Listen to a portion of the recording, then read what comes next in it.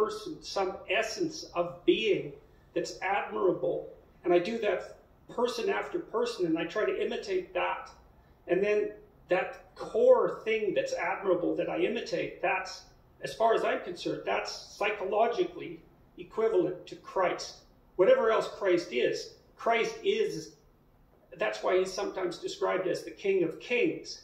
It's like if the king is the thing that's at the top of the hierarchy, and then you look at all hierarchies and you take the thing that's at the top of all hierarchies of value, then that figure, when you see reflections of that figure anywhere, it produces awe and respect. And that's because that pattern constitutes the appropriate way to act, just as when you see the opposite of that pattern, which might be, in its most fundamental essence, satanic or demonic, it's something that's ultimately evil, that produces revulsion and terror, and that's all instinctual. It's not in the domain of rationality, precisely. It's way, way deeper than that.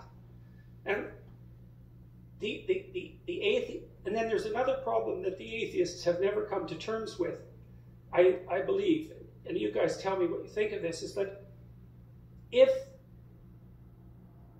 what is properly rendered unto God is rendered unto Caesar, then Caesar becomes inflated to God. And when that happens, all hell breaks loose. That's the genesis of totalitarianism. That's subservience to an idol.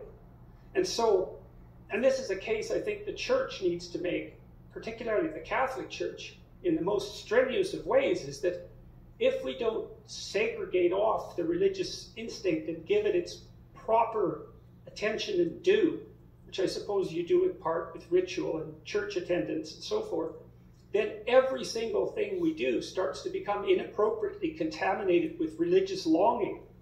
And that's why you see the rise of extremely powerful political ideologies and the division of people, for trivial reasons into moral camps. It's that religious instinct hasn't got a grounding in it.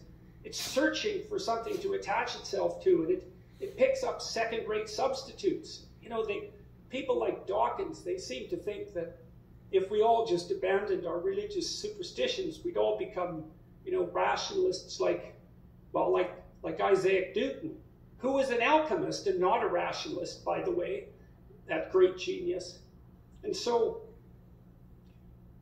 one of the things I think that the Catholic Church in particular isn't doing a very good job of is warning people how dangerous it is to lose the proper theater of expression for our religious instincts.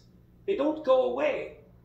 They just get perverted, and they show up all sorts of places they shouldn't. That's terrible. It's not good. So